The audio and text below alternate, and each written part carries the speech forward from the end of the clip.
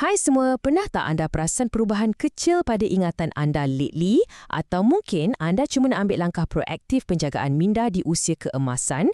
Apa pun sebabnya, pernah tak anda terfikir sejauh mana tahap kesihatan otak anda sekarang? Hari ini, kita akan tengok macam mana anda boleh ambil alih kawalan kesihatan minda dengan satu alat moden yang sangat-sangat ringkas. Bayangkan, ia macam pemeriksaan kesihatan atau check-up biasa yang kita selalu buat kat klinik tu, tapi yang ni khas untuk otak kita. Jadi, jom kita tengok perjalanan kita hari ini. Kita ada 4 bahagian ringkas. Pertama, kenali ujian fungsi otak. Kedua, cara mengambil ujian DBFT ni. Ketiga, macam mana nak memahami laporan keputusan anda. Dan yang terakhir, langkah seterusnya untuk anda lepas dah dapat result nanti.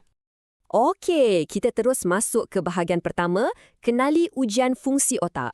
Ujian saringan digital ni sebenarnya direka untuk satu tujuan utama, untuk mengesan apa yang kita panggil sebagai MCI atau kemerosotan kognitif ringan. Apa tu MCI? Ia sebenarnya satu penurunan yang sangat sikit tapi boleh disedari pada memori dan cara anda berfikir. Ia tak adalah sampai tahap mengganggu kehidupan harian anda, tapi sangat penting untuk kita kesan benda ni dari awal. Bila kita tahu awal, tindakan pencegahan pun boleh dibuat dengan lebih cepat kan? Sekarang, anda mungkin tertanya-tanya, sejauh mana ujian ni tepat? Percaya atau tak? Ujian fungsi otak digital ni ada tahap sensitiviti yang sangat mengagumkan. 86.4% dalam mengesan MCI. Kalau nak dibandingkan dengan ujian klinikal tradisional macam ujian MOCA, angka ni memang sangat tinggi. Ia juga merupakan alat perubatan yang dah pun diiktiraf di pelbagai negara, jadi anda betul-betul boleh yakin dengan ketepatannya. Kalau dengar perkataan ujian ni terus buat anda rasa gementar, jangan risau, tarik nafas panjang-panjang, ujian ni langsung tak beri tekanan. Ia cuma dibahagikan kepada 2 bahagian yang sangat mudah. Anda cuma perlu buat 10 tugasan berasaskan neuroscience yang cukup santai dan jawab 14 soalan ringkas tentang gaya hidup harian anda. Tak ada peperiksaan berat, tak payah hafal buku, ini cuma soalan tentang diri anda je. Dan ini berita yang paling melegakan. Seluruh ujian yang komprehensif ni cuma ambil masa lebih kurang 15 ke 20 minit saja untuk diselesaikan. Sangat pantas. Jadi, tak kisahlah sesibuk mana pun jadual anda, nak curi masa 20 minit untuk kesihatan otak ni, rasanya tak jadi masalah, betul tak?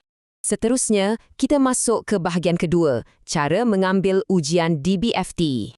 Yang paling best tentang ujian ni, anda tak perlu susah-susah cari atau muat turun apa-apa aplikasi langsung. Tak payah nak penuhkan memori telefon tu. Anda cuma perlukan sambungan internet yang stabil. Nanti, doktor atau kaki tangan klinik akan berikan satu pautan khas ataupun kod QR secara peribadi kepada anda.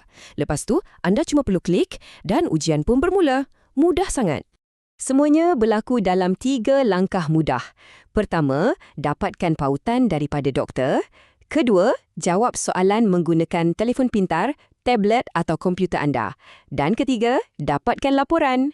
Tapi ingat ya, ada satu syarat utama. Anda mesti buat ujian ni bersendirian tanpa bantuan sesiapa. Ujian ni direka tanpa kesan pembelajaran.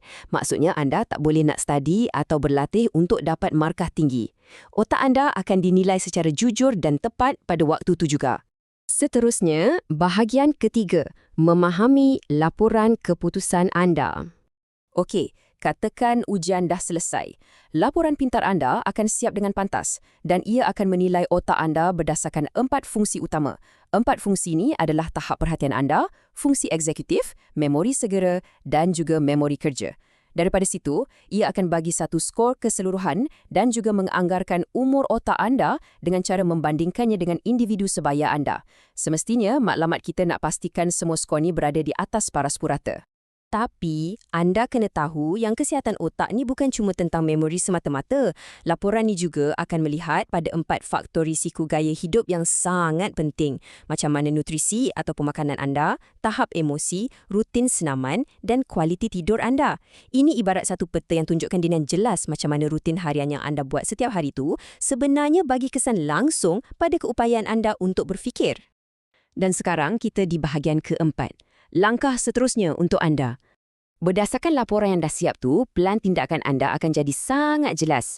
Kalau risiko anda rendah, tanpa ada sebarang petunjuk amaran, doktor akan bagi nasihat kesihatan biasa dan anda cuma perlu ulang ujian ni setahun lagi. Tapi kalau risikonya sederhana, doktor akan cadangkan beberapa perubahan gaya hidup dan ujian perlu diulang dalam masa 3 ke 6 bulan. Macam mana pula kalau tinggi? Untuk yang ni, tindakan susulan mesti dibuat dalam tempoh 3 bulan dan doktor mungkin akan uruskan rujukan kepada pakar untuk penilaian yang lebih mendalam. Semuanya sangat tersusun. Yang bagusnya, laporan ni tak biarkan anda terkapai-kapai, fikir sendiri nak buat apa. Ia siap beri panduan gaya hidup yang sangat spesifik dan diperibadikan untuk anda. Contohnya, kalau anda ada risiko tinggi bab nutrisi, ia mungkin cadangkan diet Mediterranean. Maksudnya, makan lebih banyak buah beri, sayur-sayuran dan minyak zaitun. Kalau ada masalah tidur pula, ia akan nasihatkan supaya kurangkan kafein, gelapkan bilik waktu malam dan ikut jadual tidur yang teratur. Sangat praktikal. Dan bagi anda yang mencatat risiko rendah yang selamat sekalipun, jangan ingat boleh duduk diam je. Laporan ni tetap galakkan anda untuk kekalkan minda yang aktif dengan cara yang cukup menyeronokkan. Ia akan cadangkan aktiviti asah minda macam main teka silang kata, sudoku, belajar bahasa baharu, main alat muzik atau menari. Ya, betul tu. Pergerakan kreatif macam menari sebenarnya sangat-sangat bagus untuk pastikan otak anda sentiasa tangkas. Jadi, sebelum kita berpisah, saya nak tinggalkan anda dengan satu soalan ni. Adakah anda dah bersedia untuk mula mengoptimumkan kesihatan otak anda bermula hari ini?